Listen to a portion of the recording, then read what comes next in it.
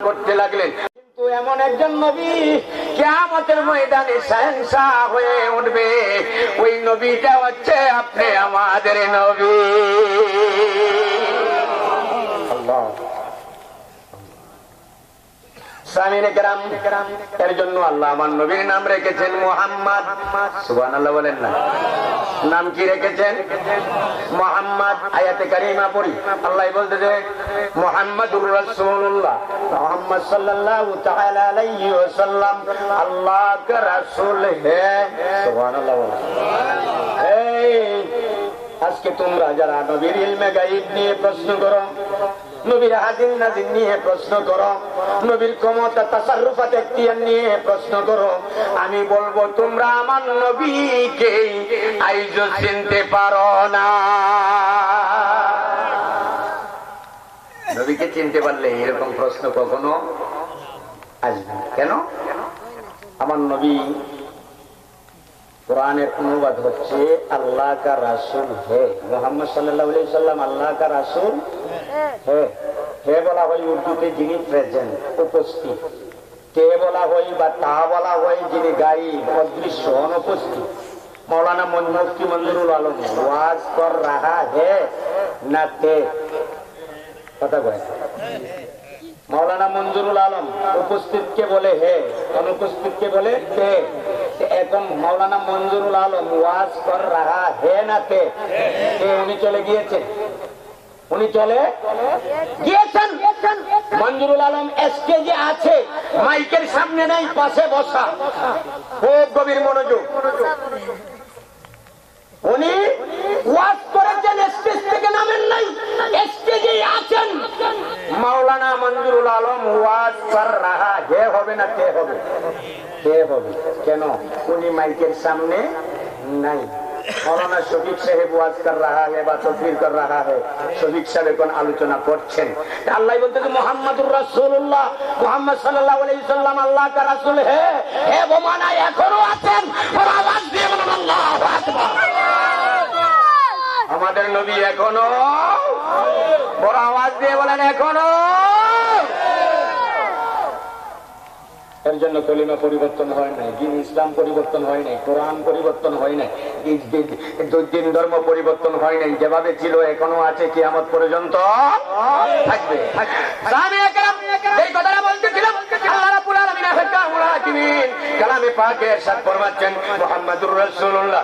এই পৃথিবীর মানুষ আমার বন্ধুর নাম আমি রাখলাম মুহাম্মদ। আল্লাহ কেন রাখলাম? আহমদও তো রাখতে পারতাম, করিমুল্লাহ রাখতে পারতাম, ইব্রাহিম রাখতে পারতাম, ইউনুস রাখতে পারতাম, হাবিবুল্লাহ রাখতে পারতাম, অন্য নাম রাখতে পারতাম। মোহাম্মদ কেন রাখছো? আল্লাহ বলে মোহাম্মদ রাখছে এই জন্যই পৃথিবীর যত ব্যাকল আছে ওই ব্যাকলদের প্রশ্নের উত্তর দেওয়ার জন্য আমি আল্লাহ মাত্র একটা গ্যানেট ব্যবহার করেছি। এই গ্যানেটের নাম হচ্ছে আমার বন্ধুর নাম মোবারক। বড় আওয়াজ দিয়ে বলা আল্লাহ বুঝি নাই, হ্যাঁ ভালো করে বুঝো। যারা মাদ্রাসায় পড়ছে ওরা বুঝবা মুহাম্মদ এটা হাম থেকে মুস্তাক, ইসমে মফউলের সিগা। অর্থ হচ্ছে আল্লাযী ইউহমাদু হামদান বাদা হামদি। মুহাম্মদ ওনাকে বলা হয় যার প্রশংসা আল্লাহ নিজে 24 ঘন্টা করে। আল্লাহু আকবার বলেন না? আপনি আমার মতো মানুষের যদি নবীর প্রশংসা না করি সমস্যা হবে? নবীর বিপক্ষে স্লোগান দেই সমস্যা হবে? সমস্যা হবে না। আমার আল্লাহ বলে মুহাম্মদ উসকে হেতে মুহাম্মদ ওনাকে বলা হয় কাকে?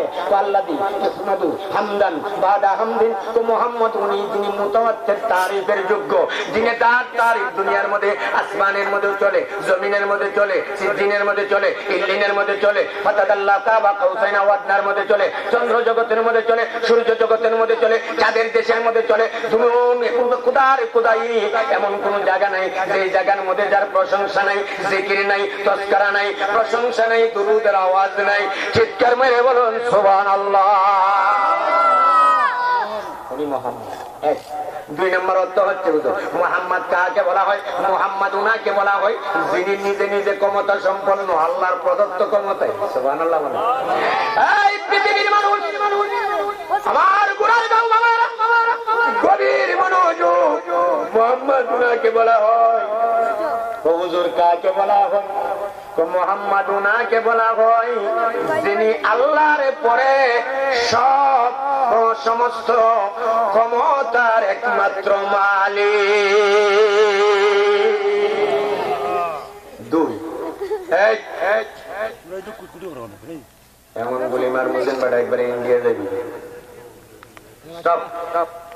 তিন নম্বর, মোহাম্মদ কাকে বলা হয়? যে মোহাম্মদ বলা হয় উনাকে, ও কাকে? হুজুর, ও যার প্রশংসা কুল কায়নাতের মধ্যে চলবে, যার গীত গান মানুষ গাইবে, মুসলমানে গাইবে, ইহুদিরা গাইবে, খ্রিস্টানে গাইবে, বুদ্ধরা গাইবে, চাকমারা গাইবে, ত্রিপুরীরা গাইবে, হিন্দু সনাতন ধর্ম অবলম্বী আমাদের ভাই বোন যারা আছে ওনারাও আমার নবীর প্রশংসা করবে। সুবহানাল্লাহ, আওয়াজে বলেন না সুবহানাল্লাহ। শুনেছি আপনাদের এলাকার মধ্যে হিন্দু বেশি, হিন্দু দূষিত এলাকা, কথা ঠিক না বেটি? কিন্তু ওনারাও আমাদের প্রতিবেশী ভাই, কথা ঠিক না বেটি? ওনারা আমাদের দুশ্মন নয়, আমরা ওনাদের দুশ্মন নই, আমরা ওনাদেরকে মহব্বত করতে হবে। ওনারা আমাদের দেশেরই নাগরিক, ওনারা আমাদের প্রতিবেশী। ওনাদেরকে আমার নবীর চরিত্র দেখান, দেখবেন একদিন সত্যটা বুঝে আসবে। কথা ঠিক না বেটি? সামিনে কেরাম আল্লাহ বলতে দেয়, পৃথিবীর মানুষ আমি আমার বন্ধুর নাম মুহাম্মদ রাখছি কেন জানোনি? কেন? যিনি সমস্ত দোষ মুক্ত। সেই নবীর কোন দোষ নাই, অপরাধ নাই, গুনাহ নাই, দোষ মুক্ত মানুষ যিনি, উনি হচ্ছেন মুহাম্মদ। এখন যদি আমরা বলি যে নবী গায়েব জানে না, তাহলে জানার দোষ। যদি বলি আমরা এখানে থাকি যেরকম শুনি না, নবীও শুনে না, নবীর কানের দোষ। যদি বলি আমরা দেখি না, নবীও দেখে না, তাহলে নবীর চোখের দোষ। যদি আমরাও বুঝি না, নবীও বুঝে না, তাহলে নবীর বুঝার দোষ। কথা ঠিক না ঠিক? আমার আল্লাহ বলে যারা এরকম কোরআন এবং হাদিসের নাম দিয়ে মাহফিলের আয়োজন করবে, তাফসীর মাহফিলের নাম দিয়ে নবীর দোষ বাহির করবে, আমি আল্লাহ তাদেরকে উচিত শিক্ষা দেওয়ার জন্য আমার বন্ধুর নামটাই আমি রাখলাম মুহাম্মদ, যার অর্থই হচ্ছে নির্দোষ। প্রশংসা একমাত্র যোগ্য যিনি, উনি হচ্ছেন মুহাম্মদ। চিৎকার দিয়ে বলুন সুবহানাল্লাহ। আর সামনে যাবো না, অর্থ আর বর্ণনা করবো না, যেগুলো বর্ণনা করছি এগুলো একটা একটা উদাহরণ দিলে সকাল হবে। সামিনে কেরাম আমার নবীর নাম রাখলেন আল্লাহ মুহাম্মদ। মুহাম্মদ কাকে বলা হয়? যার প্রশংসা আসমান জমিন লৌহ কলম সিদরাতুল মুনতাহা ফাতাদাল্লা ওয়া কানা কাবা কাউসাইন আও আদনা পর্যন্ত চলে, সপ্তম জমিনের নিচে থেকে সপ্তম আসমানের উপর পর্যন্ত চলে।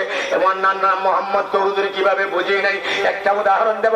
বুখারী শরীফ জিলদ নাম্বার 1 পৃষ্ঠা নাম্বার 546, বুখারী শরীফ জিলদ নাম্বার 2 পৃষ্ঠা নাম্বার 721, হযরত আব্দুল্লাহ ইবনে মাসউদ রাদিয়াল্লাহু তাআলা আনহু থেকে ইমাম বুখারী সহিহুল বুখারীর মধ্যে হাদিস বর্ণনা দিয়েছেন। হযরত আনাস ইবনে মালিক রাদিয়াল্লাহু তাআলা আনহু থেকে হযরত ইমাম বুখারী সহিহুল বুখারী 546 নম্বর পৃষ্ঠার মধ্যে একটা হাদিস বর্ণনা করেছেন। চিৎকার দিয়ে বলুন না সুবহানাল্লাহ।